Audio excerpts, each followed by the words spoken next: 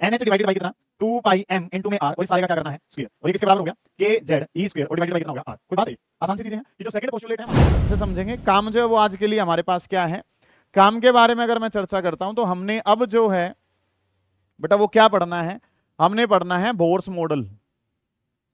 Bore साहब ने जो मॉडल दिया है उस मॉडल के बारे में जो वो हम बात करेंगे। ठीक है, ये मॉडल जो है मतलब कि क्वेश्चंस के जवाब देता है। ठीक है, हालांकि इसकी भी कुछ लिमिटेशंस हैं, उनके बारे में भी हम बात कर रहे होंगे। क्या क्या इनके पोस्टुलेट्स हैं, क्या क्या इन्होंने बताया है, उनके बारे में जब हम बात करते हैं तो चीजें कुछ कैसे चल रही होती हैं।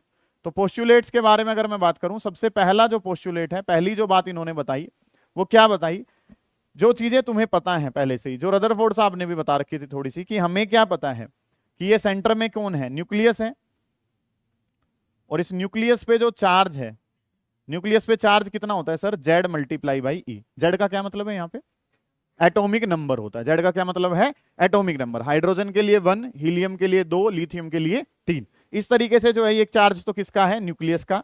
और इलेक्ट्रॉन जो है वो इसके चारों तरफ सर्कुलर पाथ में क्या लगा रहे हैं, चक्कर लगा रहे हैं। मान लो मैं एक ही इलेक्ट्रॉन जो है वो यहाँ पे दिखा रहा हूं, इलेक्ट्रॉन जो है वो इसके चारों तरफ जो है वो सर्कुलर पाथ में चक्कर लगा रहे हैं। ठीक है, हमने क्या मान लिया, इनके सेंटर टू सेंटर जो डिस्टेंस है, ये जो डिस्टेंस इनके बीच में है, इनके बीच का जो ये डिस्टेंस है ये किसके बराबर है, आर के बराबर है। दोनों के सेंटर टू सेंटर डिस्टेंस जो है वो किसके बराबर है, आर। अब हमें क्या पता है, हमें ये पता है कि इलेक्ट्रॉन जो है वो क्या कर रहा है, रिवॉल्व कर रहा है। और इलेक्ट्रॉन रिवॉल्व कर रहा है कौन से पाथ में रिवॉल्व कर रहा है, सर्कुलर पाथ में। ये बात जो आपको बताई गई है कि electron is revolving in circular path. Electron circular path में रिवॉल्व कर रहा है, चक्कर लगा रहा है। और सर्कुलर पाथ में चक्कर लगाने के लिए जो फोर्स है सर, उस फोर्स का क्या नाम होता है, सेंट्रीपिटल फोर्स होता है। ये बात आपको पता है कि सर्कुलर पाथ में चक्कर लगाने के लिए जो एक फोर्स चाहिए उसका नाम क्या है, सेंट्रीपिटल फोर्स। अब न्यूक्लियस पे चार्ज है जिसका नाम क्या है, Q1, और इलेक्ट्रॉन पे चार्ज है जिसका नाम क्या है, Q2। कोई भी दो चार्ज हो, फर्स्ट यूनिट ने क्या बता रखा है, कूलम फोर्स लगेगा उनके बीच में। अब आपके पास 100 रुपए हैं और आपको चलानी है बाइक, तो 100 रुपए आप उसकी टंकी में डाल दोगे, बाइक चल पाएगी नहीं। वो 100 रुपए कन्वर्ट होंगे किसमें, फ्यूल में, और फिर आपकी बाइक जो है वो चल पाएगी।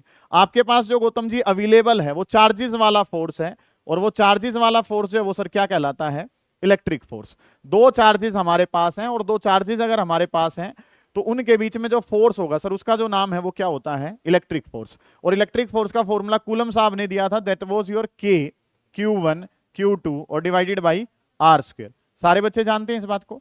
हमारे पास अवेलेबल कौन सा है, इलेक्ट्रिक फोर्स। हमें नीड कौन से की है, तो इलेक्ट्रिक फोर्स कन्वर्ट हो जाएगा किसमें, सेंट्रीपिटल फोर्स में। तो यही जो है वो इनका पहला पोस्टुलेट था जिसके बारे में इन्होंने बताया कि सेंट्रीपिटल फोर्स जिसकी नीड है that is provided by electrostatic force. जो इलेक्ट्रोस्टैटिक फोर्स है वो इसको क्या करेगा, प्रोवाइड करेगा। सेंट्रीपिटल फोर्स का फॉर्मूला 11th क्लास से हम जानते हैं, that is your mv square divided by r। और इसको मैं वहीं पे ही सोल्व करके अगर ले आऊं तो काम जो है यहाँ पे क्या बनेगा, k, पहला चार्ज कितना है, Ze, दूसरा चार्ज क्या है, इलेक्ट्रॉन वाला E, और डिवाइडेड बाई कितना, R स्क्वायर। इस वैल्यू को अगर थोड़ा सा सोल्व करेंगे तो क्या बनेगा, KZE square divided by R square. सारे बच्चे जानते हैं इतनी बात को तो, कि काम जो है सर इलेक्ट्रोस्टैटिक फोर्स किसके बराबर है, K Q1 Q2 by R square. K की जगह K, Q1 की जगह Ze, Q2 की जगह E डिवाइडेड बाई कितना, R स्क्वायर। मेन सवाल क्या है कि सर इलेक्ट्रॉन का चार्ज तो नेगेटिव होता है, तो आपने नेगेटिव क्यों नहीं लिया, आपने तो इलेक्ट्रॉन का चार्ज कैसा लिया है, E लिया है, इसका कारण बताइए। तो बेटा ये जो F है, F का मतलब यहाँ पे क्या है, फोर्स। और फोर्स कैसी क्वांटिटी है, और वेक्टर क्वांटिटी जब भी लिखी जाती है तो उनमें जो है वो हम साइन को इंक्लूड नहीं करते। ठीक है, साइन नहीं लिया जाएगा, सिर्फ क्या लिया जाता है, मैग्नीट्यूड। आने वाले टाइम में मैं क्या बताऊंगा, एनर्जी। एनर्जी कैसी क्वांटिटी, स्केलर। स्केलर में साइन को इंक्लूड करते हैं, S फॉर स्केलर और S for sign. Scalar quantity है तो साइन लिया जाएगा, और अगर स्केलर नहीं है तो साइन नहीं लिया जाएगा। ये काम जो है ना वो आपने करना है। काम जो है वो आपने क्या कुछ कर लेना है, सुन लो ध्यान से। हमारे पास न्यूक्लियस पे चार्ज है, इलेक्ट्रॉन पे चार्ज है। चार्जेस अगर हैं तो इलेक्ट्रोस्टैटिक फोर्स होगा जिसका formula K Q1 Q2 divided by R square. Q1 की जगह Ze, Q2 की जगह E divided by R square. Minus का E क्यों नहीं लिया, क्योंकि ये जो हम लिखने जा रहे हैं वो क्या है, फोर्स है, और फोर्स कैसी क्वांटिटी है, और वेक्टर क्वांटिटी है, तो साइन को नहीं लेते हैं। मानते हो आप इस बात को। तो आपके पास अवेलेबल क्या था, अवेलेबल था इलेक्ट्रोस्टैटिक फोर्स, और जो हमें चाहिए था उसका नाम क्या था, सेंट्रीपिटल फोर्स। तो इस तरीके से काम जो है सर वो हमने कर लिया और ये चीज जो है वो हमारे पास सामने आ गई है कि mv² r सेंट्रीपिटल फोर्स किसके बराबर होगा, kze² डिवाइडेड बाई r²। ये बातें रदरफोर्ड साहब ने भी बता दी थी, बस वो जवाब नहीं दे पाई किस बात का, कि एनर्जी रेडिएट हो रही है तो काम बनेगा कैसे। इन्होंने वो जवाब दिया है कि जब वो चक्कर काटते हैं तो वो एनर्जी को रेडिएट नहीं करते हैं। क्यों? क्योंकि ये कुछ स्पेशल शेल हैं जिसके बारे में भी हम चर्चा करेंगे। तो हेडिंग डाल लो बोर्स मॉडल, पोस्टुलेट नंबर 1 लिखना शुरू करें। हेडिंग डालें बोर्स मॉडल और उसके अंदर जो हेडिंग के अंदर पोस्टुलेट नंबर 1, बोर साहब ने जो पोस्टुलेट नंबर 1 दिया है उसके बारे में चर्चा जो है ना वो हमने करनी है। बड़ा बेसिक सा काम है, लेकिन ये बात आपको याद हो भाई। पोस्टुलेट नंबर 1 में क्या लिखेंगे, to move in circular path, to move in circular path, to move in circular path necessary centripetal force, to move in circular path necessary centripetal force, to move in circular path necessary centripetal force is provided by electrostatic force. Necessary centripetal force is provided by electrostatic force. किसको चाहिए, electron को। किसमें घूमना है, circular path में। कौन सा force चाहिए, सेंट्रीपिटल फोर्स, और उसको प्रोवाइड जो है वो कौन कर रहा होगा, इलेक्ट्रोस्टैटिक फोर्स जो है वो उसको प्रोवाइड करता है। ठीक है, ये सारा डाटा जो है वो आप उतार लोगे एक बार, उसके बाद मैं पोस्टुलेट नंबर 2 करवाऊंगा। जल्दी करें, कोई दिक्कत आ रही है तो उसको पूछेंगे बेटा। निपटाएं जी, सुने में ध्यान से। काम जो है वो आप क्या कर रहे थे, ये बात जो है वो आपने कर ली। ठीक है, बात नंबर 1 डन है कि पोस्टुलेट नंबर 1 में अवेलेबल था इलेक्ट्रोस्टैटिक फोर्स और बना क्या लिया उसका, सेंट्रीपिटल फोर्स। 100 रुपए थे, फ्यूल डलवा लिया, बाइक चलेगी, कोई दिक्कत नहीं है। ठीक है जी, अब जो अगली बात है उन्होंने क्या बताया कि भाई इलेक्ट्रॉन जो है, भाई इलेक्ट्रॉन के साथ ऐसा क्या है कि भाई जब वो घूमेगा तो वो एनर्जी रेडिएट नहीं करेगा। तो उसने बताया कि सर इलेक्ट्रॉन इतना आवारा नहीं है कि कहीं भी मिलेगा। तुम्हारे तरह का सिस्टम नहीं है भाई, जोन से भी ट्यूशन की छुट्टी होगी उसके बाहर ही बाइक लेके पहुंच गए, उस तरीके का प्रोग्राम नहीं है। प्रोग्राम क्या है, कुछ स्टैंडर्ड है इलेक्ट्रॉन का, वो आवारा नहीं है कि वो कहीं भी मिलेगा, उसके घूमने के चक्कर हैं। और वो जो शेल हैं, मतलब कि जो उनको जो ऑर्बिट्स को नाम दिया गया, वो क्या नाम दिया गया है, शेल नाम दिया गया है। कि इलेक्ट्रॉन जो है वो कुछ स्पेशल ऑर्बिट में ही चक्कर लगाएगा, उन ऑर्बिट को क्या कहा जाता है, शेल कहा जाता है। और जब उन शेल में वो चक्कर लगाएगा तो वो कोई भी एनर्जी को रेडिएट नहीं करेगा। तो वो कौन कौन सी शेल हैं उसके बारे में इन्होंने बताया कि उनका जो एंगुलर मोमेंटम है, एल जो वर्ड है, एल का मतलब क्या होता है, एंगुलर मोमेंटम। अब ये क्या होता है सर, मोमेंटम का मतलब होता है बेटा क्वांटिटी ऑफ मोशन। कोई भी चीज भाग रही है तो वो उसके पास क्या है, मोशन है। कितना मोशन है इसको बताने के लिए कौन आता है, मोमेंटम। अगर वो सीधे लाइन में भाग रही है तो कौन सा मोमेंटम होता है, लीनियर मोमेंटम। अगर वो एंगल में भाग रही है, सर्कुलर पाथ में है, तो कौन सा वर्ड होता है, एंगुलर मोमेंटम। एंगुलर मोमेंटम को एल से लिखा जाता है। इसका फॉर्मूला हमने 11th में जाना था, ये किसके बराबर था, mvr के बराबर होता है। एंगुलर मोमेंटम जो है वो क्या है, quantity of rotation contained in a body. एक बॉडी जो है वो रोटेट कर रही है तो उसके अंदर कितना रोटेशन है उसको दिखाने के लिए वर्ड क्या आता है, एंगुलर मोमेंटम। एंगुलर मोमेंटम का फॉर्मूला 11th में क्या जाना था, mvr। और क्या कहा है इन्होंने कि एंगुलर मोमेंटम जो है वो किसके बराबर है, nh/2π के। अगर कोई शेल ऐसी है जिसमें घूमने का एंगुलर मोमेंटम किसके बराबर है, nh/2π के, वहां तो इलेक्ट्रॉन मिलेगा। अगर इसके बराबर नहीं है तो वहां इलेक्ट्रॉन नहीं मिलेगा। मतलब कुछ स्पेशल शेल हैं। n जो है उसकी वैल्यू जो है जैसे 1 2 3, मतलब ये शेल के नंबर हमारे पास हो गए। जैसे पहले वाली शेल को आपने पढ़ रखा है k कहते हैं, दूसरे वाली को l, तीसरे वाली को m, चौथे वाली को क्या कहा जाता है, n। तो ये काम जो उन्होंने बताया है कि इलेक्ट्रॉन जो है वो हर जगह नहीं मिलेगा। इलेक्ट्रॉन जहां मिलेगा उनको क्या नाम दिया गया, शेल। और जिन शेल में वो मिलेगा उनमें जब वो चक्कर काटेगा तो वो कोई एनर्जी को रेडिएट नहीं करेगा। अगली जो बात है कि वो शेल कौन सी हैं, जिनका एंगुलर मोमेंटम किसके बराबर है, nh/2π के। लिखेंगे इस बात को, electron will revolve, postulate number 2, postulate number 2 जो है उसमें क्या कहा गया है, electron will revolve only, electron will revolve only in those special orbits electron will revolve only in those special orbits known as shells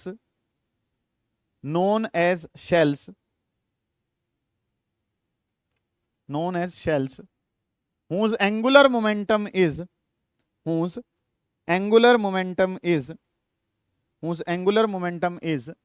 integral multiple of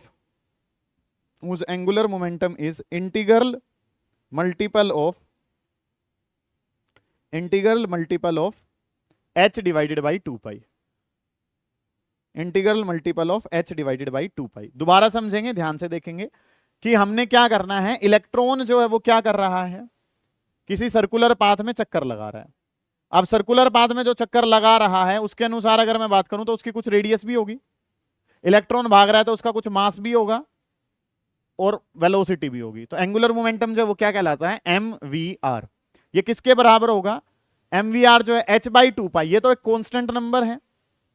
अगर इसके multiply किसी इंटीजर वैल्यू से हो रही है, 1 से 2 से 3 से, अगर ये इक्वेशन सेटिस्फाई होगी तो इलेक्ट्रॉन पाएगा, अदरवाइज वहां पे इलेक्ट्रॉन नहीं मिलेगा. ये बात जो है वो आपने लिखी है. इलेक्ट्रॉन सिर्फ उन ऑर्बिट्स में चक्कर लगाता है. उन ऑर्बिट्स को क्या नाम दिया गया है, शेल, जिनमें चक्कर लगाते हुए वो कोई एनर्जी को रेडिएट नहीं करता. ये बात लिखी है हमने, नहीं लिखी है, लिखेंगे इसको साथ में ही एक बार. While revolving in these shells, while revolving in these shells, electron do not radiate energy. While revolving in these shells, electron do not radiate energy. Electron do not radiate energy. क्या कहा इन्होंने, पहली बात तो इलेक्ट्रॉन हर जगह नहीं मिलेगा. दूसरी बात, जहां मिलेगा उसका नाम क्या है, शेल है. जब उनमें चक्कर काटेगा तो कोई एनर्जी को रेडिएट नहीं करेगा. उन शेल की लोकेशन का पता कैसे लगाया गया, उनके एंगुलर मोमेंटम से. एंगुलर मोमेंटम किसके बराबर होता है, mvr. अगर mvr किसके बराबर जा रहा है, nh बाई 2 पाई के, तो इलेक्ट्रॉन है वहां पे, अदरवाइज इलेक्ट्रॉन वहां पे अवेलेबल नहीं है. समझ आ गई बात, कि इलेक्ट्रॉन इतना आवारा नहीं है कि वो हर जगह चक्कर काटेगा. स्टैंडर्ड सेल जो है वो बनाई गई हैं, उनमें चक्कर काटेगा, और उनमें जब चक्कर काटेगा तो वो एनर्जी को रेडिएट नहीं करता है. फिर सवाल जो पूछा गया वो क्या कभी भी एनर्जी को रेडिएट नहीं करता है, करता है. हायर से जब कहां आता है, लोअर, तो एनर्जी को रेडिएट करता है. और जब लोअर से कहां जाता है, हायर पे, तो एनर्जी को एब्जॉर्ब करता है. समझ आ गई ये बात. ये वाली बात उतार चुके तुम कि L is equal to mvr is equal to किसके बराबर है, nh बाई 2 पाई. n की वैल्यू जो है 1 2 3 4 है. 1 है तो k, 2 है तो l, 3 है तो m, और 4 है तो कितना है, n है. अब अगली जो चीज है बेटा वो क्या है, थर्ड पोस्टुलेट पे हम चलेंगे. तो आपको क्या पता है, पैसा बहुत ज्यादा है, उड़ा दो, कहां जाओगे, लोअर में आ जाओगे. कमा लो तो कहां चले जाओगे, ऊपर. वही काम किसके साथ है, इलेक्ट्रॉन. ज्यादा एनर्जी थी, एनर्जी को क्या कर दिया, उड़ा दिया, रेडिएट कर दिया, तो कहां जाएगा, लोअर में. लोअर से कहां जाना है, हायर में, तो एनर्जी को क्या करना पड़ेगा, एब्जॉर्ब करना पड़ेगा. लिखें, energy is radiated when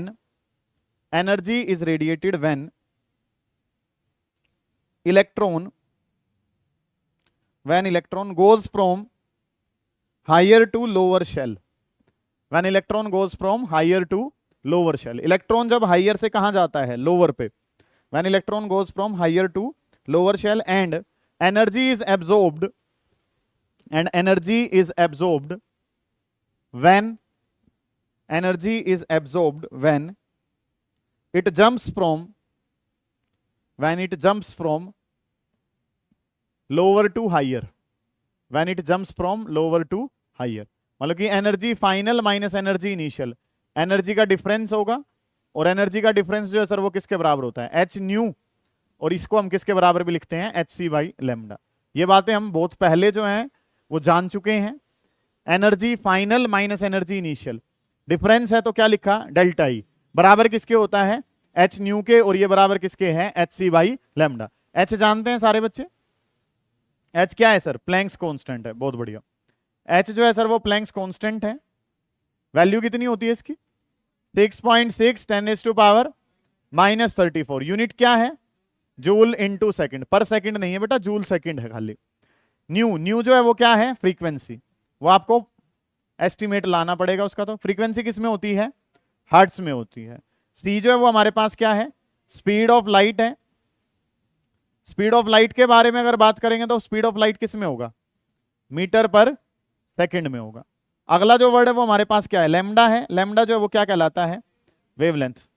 ठीक है, ये चीजें हमें पता ही हैं, इनके बारे में चर्चा हम पहले से कर चुके हैं। ठीक है, तो 3 बातें इन्होंने बताई हैं, इन तीनों बातों को याद रख के अगले जो सारा टाइम है वो हमारा इन बातों में चला जाएगा भाई। ठीक है, बड़ा सुंदर काम जो है वो हमने करना है, पेपर में आना है। ठीक है, कोई भी बच्चा ऐसा नहीं होगा जिसको ये बात ना समझ में आए, प्रोवाइडेड कि उसका ध्यान बोर्ड पे है और घर जाके उसने 15 मिनट ये सारा काम जो है वो रिपीट कर लिया एक बार।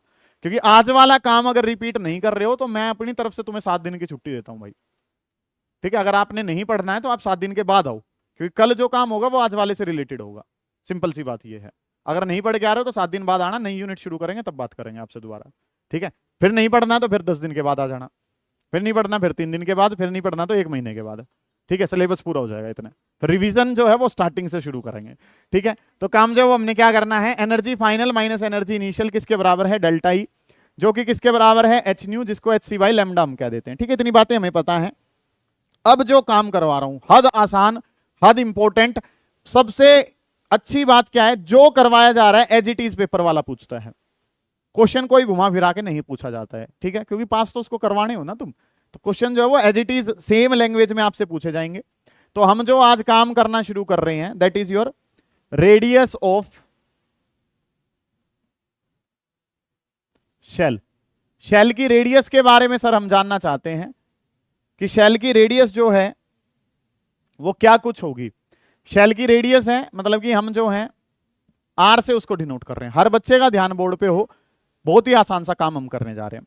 पहले 2 पोस्टुलेट ही चलेंगे, 3 दिन तक तो कौन से पोस्टुलेट चलेंगे, पहले 2, फिर लास्ट वाले दिन तीसरे वाला यूज करेंगे, काम खत्म हो जाएगा हमारा।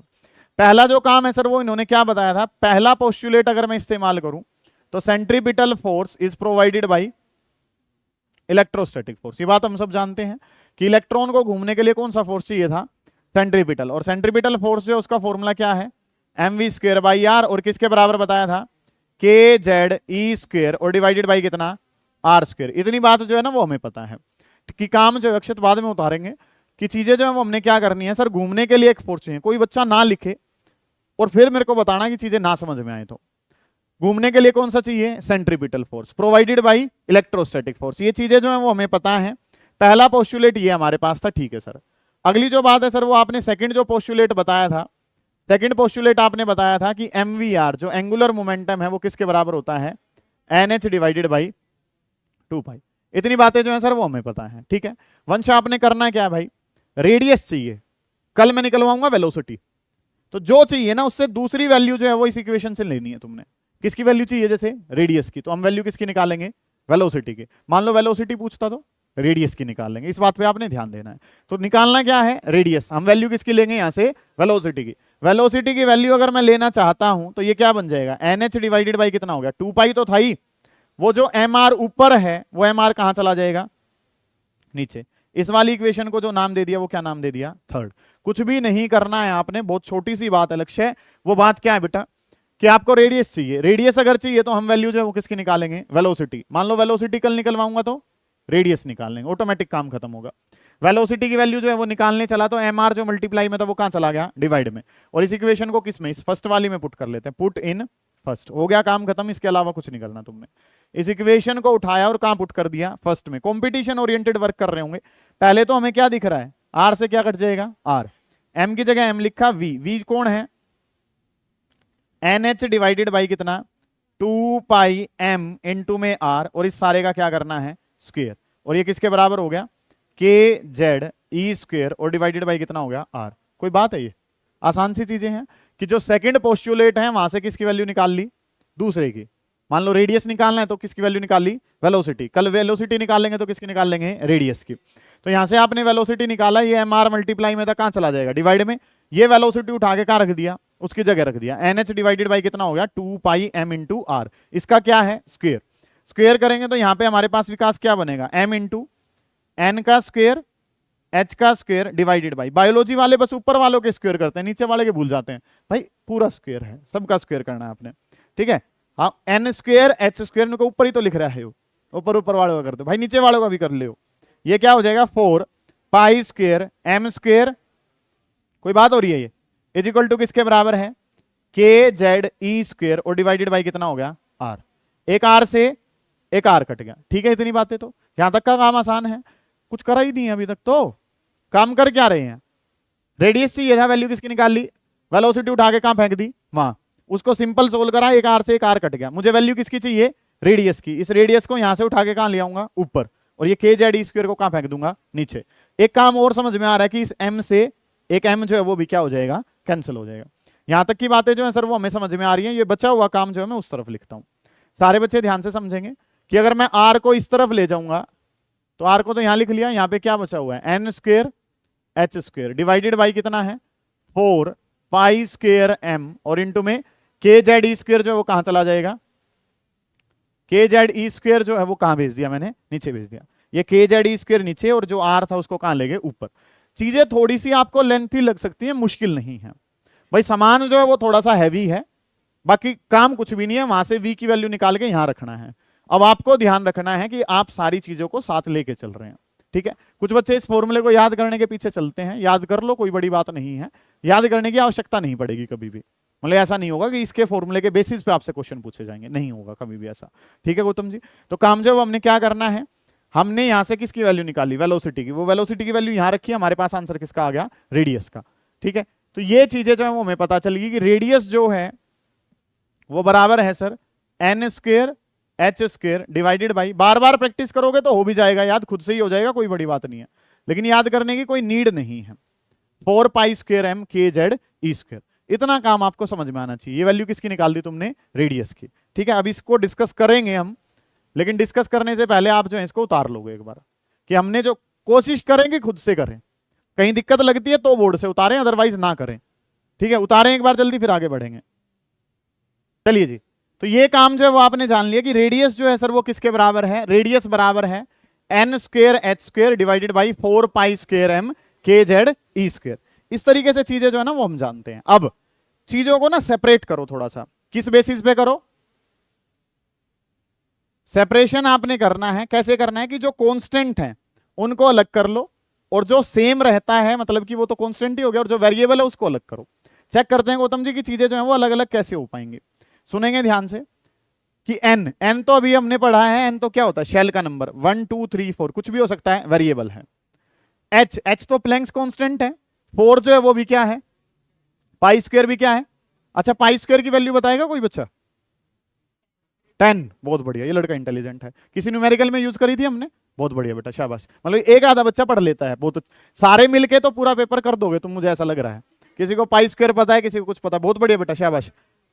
पाई स्क्वायर इज इक्वल टू किसके बराबर है? 10 के बराबर होता है। ये याद रखना चाहिए आपको, न्यूमेरिकल में यूज हो सकता है। मास ऑफ इलेक्ट्रॉन भी क्या है? कांस्टेंट। के कितना है? 9 इंटू 10⁻9 कांस्टेंट। जेड, जेड जो है वो क्या हो जाएगा? वेरिएबल। हाइड्रोजन के लिए 1 है, हीलियम के लिए 2 है, लिथियम के लिए 3 है। तो जेड जो एटॉमिक नंबर सबके क्या होते हैं? अलग अलग होते हैं। ये बात आपको पता है। इलेक्ट्रॉन का चार्ज भी क्या रहता है? सेम। इन दोनों चीजों को छोड़ के बाकी सारा डाटा क्या पड़ा है? कांस्टेंट पड़ा है। तो काम जो इसको अगर मैं थोड़ा सा शिफ्ट करना चाहूं तो काम क्या बन जाएगा? आर इज इक्वल्स टू, ये क्या हो जाएगा? एच स्क्वेयर डिवाइडेड बाई कितना? 4 पाई स्क्वेयर एम इंटू में के ई स्क्वेयर, ये आगे कर लिया, और N square divided by Z जो है उसको थोड़ा सा क्या कर लिया? पीछे। मल्टीप्लाई की चीजें हैं, थोड़ा आगे पीछे करने में कोई दिक्कत नहीं होगी। छोटी सी बात जो इंपॉर्टेंट है, ये कांस्टेंट हिस्सा था उसको थोड़ा सा क्या कर लिया? अलग, और जो वेरिएबल वाला हिस्सा है उसको थोड़ा सा क्या कर लिया? अलग कर लिया, क्योंकि ये तो बदलेगा। के शैल है बदल जाएगा, एल है अलग हो जाएगा। एटॉमिक नंबर भी जो है वो क्या होते हैं? वेरिएबल। इतना जो काम पड़ा हुआ है, ये सारा का सारा डाटा जो है सर वो क्या है? और जब इन सब की वैल्यू रखी जाती है तो आपको क्या बताया है? ये सब की वैल्यू रखने के बाद आंसर आ जाता है 0.529 एन स्क्वेयर और डिवाइडेड बाई कितना? जेड। ये एन स्क्वेयर बाई जेड तो लिख ही लिया आपने, वो तो एज इट इज आना था। ये सारा डाटा अब है जब हम सोल्व करते हैं, एच की वैल्यू 4 पाई स्क्वेयर एम के ई स्क्वेयर, सब वैल्यू जब हम रखते हैं तो आंसर कितना बन जाता है? 0.529 एंगस्ट्रॉम। तो ना तो ऊपर तक कुछ याद करना, याद जो करना है वो ये फॉर्मूला याद करना है, ये हो जाएगा आसानी से। मेन जो याद करना है वो एन स्क्वेयर डिवाइडेड बाई क्या है? जेड। और ये जो काम है ये आंसर आ जाता है एंगस्ट्रॉम में। किस ऑर्डर में आ जाता है? ये तो थॉमसन साहब ने पहले ही बता दिया था कि इसकी जो रेडियस है वो किस ऑर्डर की होती है, 10 की पावर माइनस का 10। वो आज हमने क्या कर दी है, प्रूव भी कर दिया। ठीक है, अब जो ये आंसर आया है, 1 मिनट का और समय देंगे, कि रेडियस बराबर है 0.529 n square divided by z, और ये आंसर जो है वो क्या बन गया, एंगस्ट्रॉम में बन गया। ध्यान से समझेंगे अब काम पे, कि अगर मैं बात करता हूं फॉर हाइड्रोजन एटम, किसके लिए बात करना शुरू करता हूं मैं, समझ में सारी बातें आएंगी। हाइड्रोजन एटम का मतलब z कितना है, 1 है, ठीक बात है। और अगर मैं बात करूं हाइड्रोजन एटम की के शेल ले लेता हूं, कौन सी शेल ले ली, के शेल अगर मैं लेता हूं तो के शेल का मतलब क्या होगा कि n की वैल्यू भी कितनी होगी, 1 होगी। हाइड्रोजन का एटॉमिक नंबर कितना, 1, और के शेल का जो नंबर है वो कितना होता है, 1 होता है। तो अगर मैं इसके बारे में बात करूंगा तो रेडियस क्या रह जाएगी, 0.529, ये कितना हो जाएगा 1 का स्क्वायर और डिवाइडेड बाई कितना हो गया 1, और ये आंसर किस में आ गया। तो ये हाइड्रोजन एटम की के शेल की जो रेडियस है वो कितनी आई है, 0.529। कोई बच्चा ये चाह रहा है कि सर मैं 0.529 नहीं लिखना चाहता, तो वो क्या लिखेगा, 0.53 लिख लेगा। ठीक है, इसको राउंड ऑफ करके। अगर मैं बात करता हूं तो इस चीज को ना बेटा आर नोट कह दिया जाता है। क्या कह दिया जाता है, आर नोट, मतलब सबसे बेसिक रेडियस ये है, और सबसे बेसिक रेडियस अगर ये है तो इसको नाम दिया गया है बोर्स रेडियस। क्या नाम दिया गया है इसको, बोर रेडियस जो है ना, इसको नाम दिया गया है। बोर रेडियस किसको कहा जाएगा, मतलब कि प्रैक्टिकल वाला जब ज्यादा फेडअप हो चुका होगा सेमीकंडक्टर से, तो वो आपसे पूछेगा बोर रेडियस क्या होती है। तो बोर रेडियस को किससे डिनोट करा गया, आर नोट से। वैल्यू कितनी है, 0.529 एंगस्ट्रॉम। ये हाइड्रोजन एटम के शेल की रेडियस होती है, इसको रेफरेंस माना गया है। तो आर जो है वो इसके बराबर हो गया। तो इस फॉर्मूले को अगर मैं थोड़ा सा यहां पे ठीक करना चाहूं तो ये क्या बन जाएगा, R is equal to R note N square divided by कितना हो गया, जेड, और ये आंसर किस में आ जाएगा, एंगस्ट्रॉम में। समझ आ गई बात। मयंक ये याद नहीं कर पाएंगे भाई, करना चाहे तो देखो कुछ भी हो सकता है, समय के साथ याद हो जाता है। मुझे तो याद है अब, लेकिन जरूरत नहीं पड़ेगी आपको। आपको जो याद करना है वो याद क्या करना है Dev, R is equal to R note N square divided by Z. जो ये पार्ट अब करवाया है इस पे थोड़ा सा ध्यान दें, उसके बाद आगे चलेंगे। R is equal to R note N square divided by Z.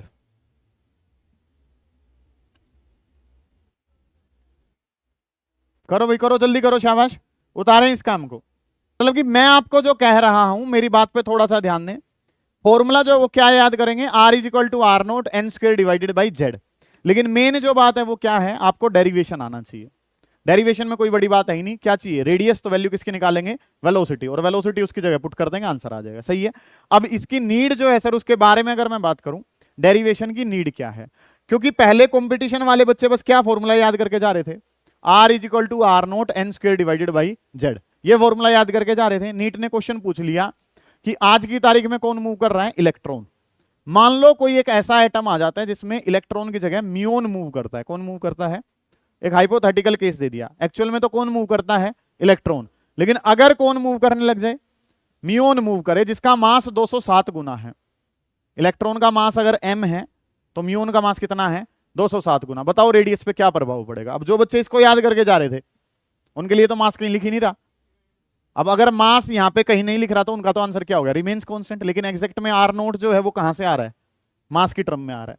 Radius और मास जो है वो कैसे हैं, तो मास बढ़ा होगा तो रेडियस क्या होगी, होगी कम होगी। ये क्वेश्चन फिर बोर्ड में भी आ चुका है। अब कि मेन जो बात है, मतलब कि मैं ये कहूं कि ये फॉर्मूला याद होना चाहिए, भाई फॉर्मूला तो यही याद होना चाहिए, लेकिन आपको डेरिवेशन भी पता हो, क्योंकि इसको याद करना मेरे हिसाब से थोड़ा सा मुश्किल है। ठीक है, तो आपको क्या पता है कि जब इस तरीके के क्वेश्चन आएंगे तो हम बेसिक डेरिवेशन पे जाएंगे, जिसने हमें क्या बताया कि रेडियस और मास जो है वो कैसे हैं, इनवर्सली। और रेडियस और मास इनवर्सली प्रोपोर्शनल है, तो मास बढ़ाया होगा तो रेडियस क्या होगी, कम हो जाएगी। उसने 2 पार्ट पूछे थे, एक पूछा था रेडियस का, वो मैं बता चुका हूं। ऐसे ही 3 दिन बाद किसके बारे में बात करूंगा, एनर्जी के। तो हम किसके बारे में बात करेंगे, एनर्जी मास के डायरेक्टली प्रोपोर्शनल होती है, वो भी डिस्कस करेंगे। अभी के लिए आपने क्या देखा है कि भाई आपको एक तो फॉर्मूला पता हो और एक आपको क्या पता हो, ये डेरिवेशन हुई कैसे है। अब अगली जो चीज है वो आपने क्या देखनी है, यहां से हमें पता चल गया कि रेडियस जो है वो किसके बराबर है, रेडियस बराबर है आर नोट एन स्क्वेयर और डिवाइडेड बाई कितना है, जेड। और अगर मैं सिर्फ हाइड्रोजन एटम के लिए बात करने बैठूं, for hydrogen atom, hydrogen atom के लिए जो चर्चा है वो हमें क्या पता है कि हाइड्रोजन एटम के लिए जेड की वैल्यू जो है सर वो कितनी होती है, सभी को पता है इस बात के बारे में, बोर्ड पे ध्यान हो सभी बच्चों का। तो रेडियस जो है वो किसके बराबर होगी, R note N square, Z की जगह सर कितना आ गया, तो ये वैल्यू किसके बराबर होगी, आर नोट इंटू में कितना हो गया एन स्क्वायर। लॉजिकल है कि हाइड्रोजन एटम के लिए बात करेंगे तो हाइड्रोजन एटम के लिए जेड कितना है 1 है, जेड की जगह 1 रखा तो ये आंसर क्या बन जाएगा आर नोट इंटू में एन स्क्वायर। सही है इतनी बात। तो अब अगर मैं रेशियो निकालने के लिए मेरे पास आता है radius for K shell, radius for L, radius for M and radius for N, K L M N, इनके रेशियो आपने निकालने हैं। तो आर नोट की जगह तो कितना है आर नोट, के शेल के लिए 1 का क्या है स्क्वायर, एल के लिए 2 का स्क्वायर, एम के लिए आर नोट तो सेम ही है, क्या हो जाएगा 3 का स्क्वायर। अगली जो बात है आर नोट और फिर काम जो है वो क्या हो जाएगा 4 का स्क्वायर। हम जानते हैं इन बातों को कि sir R naught into N square है, नंबर बदला, मैंने नंबर बदल दिए, रेशियो लगा रखे थे बीच में, रेशियो लगा दिए। अब बेसिक काम करना है, आर नोट से आर नोट जो है वो हर जगह क्या हो जाएगा कैंसिल हो जाएगा। ठीक है, मेरे कुछ भाई हैं जो स्क्वायर से स्क्वायर भी काट देंगे आराम से, हल्का मैथ लगाना है, स्क्वायर कहा है तो वो कटते नहीं है, ना स्क्वायर कटेगा ना रूट नुका जी, चलन दो ना काम जो वो क्या करना है 1, 2 का स्क्वायर कितना हो गया 4, 3 का स्क्वायर 9 और 4 का स्क्वायर कितना हो गया 16। ना स्क्वायर करना क्यों जब आपस में कटने लग रहा है, नहीं कटेंगे भाई स्क्वायर, वो करने पड़ेंगे आपको। तो आंसर जो है वो क्या बना 1:4:9:16। एक सवाल जो आपसे पूछा जाएगा find the expression for radius हो जाएगा, एक सवाल पूछा जाएगा prove that radius is directly proportional to N का स्क्वायर, हो जाएगा ये भी कि रेडियस जो है वो एन स्क्वायर के कैसा है, वही काम करना है यहां तक आपने। अगली जो चीज है वो आपने क्या करनी है find the ratio for K L M N shell, 1:4:9:16। Last बात कि काम जो आपने क्या करना है, मान लो ये हमारा न्यूक्लियस है, तो पहले वाले की रेडियस जो वो कितनी थी 1, दूसरे वाले के बारे में अगर मैं बात करता हूं तो दूसरे वाले की रेडियस कितनी है 4, अगले वाले की रेडियस जो वो कितनी है 9 और लास्ट वाले की रेडियस जो वो कितनी है 16। अच्छा ये स्क्रीन से बाहर जाने नहीं देगा, लास्ट वाले की रेडियस जो वो कितनी है 16। अगर मैं बात करता हूं सुने ध्यान से भाई कि पहले वाले की रेडियस कितनी है 1, दूसरे वाले की कितनी है 4, तीसरे वाले की 9, चौथे वाले की कितनी थी 16 थी। सुने ध्यान से कि ये जो है यहां पे 1 था, ये कितना था 4, यहां पे कितना था ये कितना था। अगर मैं बात करूं तो पहले और 4 के बीच में डिस्टेंस कितने का होगा 3 का, 4 और 9 के बीच में डिस्टेंस कितने का 9 और 16 के बीच में कितने का, मतलब कि जैसे जैसे शेल का नंबर बढ़ता जा रहा है ये गैप क्या करता जा रहा है, पहले गैप कितने का था बस 3 का, फिर गैप कितने का हुआ, फिर गैप कितने का हुआ। इसका मतलब shells are not equally space. Equal space का मतलब क्या था, 1 के बाद 2, 2 के बाद 3, 3 के बाद 4, इनमें तो गैप कितने का आ रहा है, पहले 3 का गैप है, फिर 5 का गैप है, फिर कितने का है, मतलब कि गैप भी जो है वो क्या करता जा रहा है बढ़ता जा रहा है। तो एक सवाल जो आपसे पूछा जा सकता है वो क्या है, इसमें जो है वो मैं क्या लिख दूंगा कि shells are not equally spaced. 4 सवाल बन गए हैं, shells are not equally space कि जो इनके बीच का स्पेस है वो क्या नहीं है इक्वल नहीं है। पहली बात तो आपको क्या पता चली कि R is equal to R note N square divided by Z. एक बात आपको रेडियस का एक्सप्रेशन पता चला, R प्रोपोर्शनल है एन स्क्वेयर के, रेशियो है 1:4:9:16 और गैप जो है सर वो क्या नहीं है सेम नहीं है। पहले गैप कितने का है 3 का, 1 और 4 में कितने का गैप 3 का, 4 और 9 में 5 का, 9 और 16 में गैप जो है वो क्या करता जा रहा है बढ़ता जा रहा है। तो गैप जो है वो क्या नहीं है सेम नहीं है। आप स्क्रीनशॉट लें एक बार, उसके बाद जो ये ग्रुप में डाल दिया जाएगा, आप उतार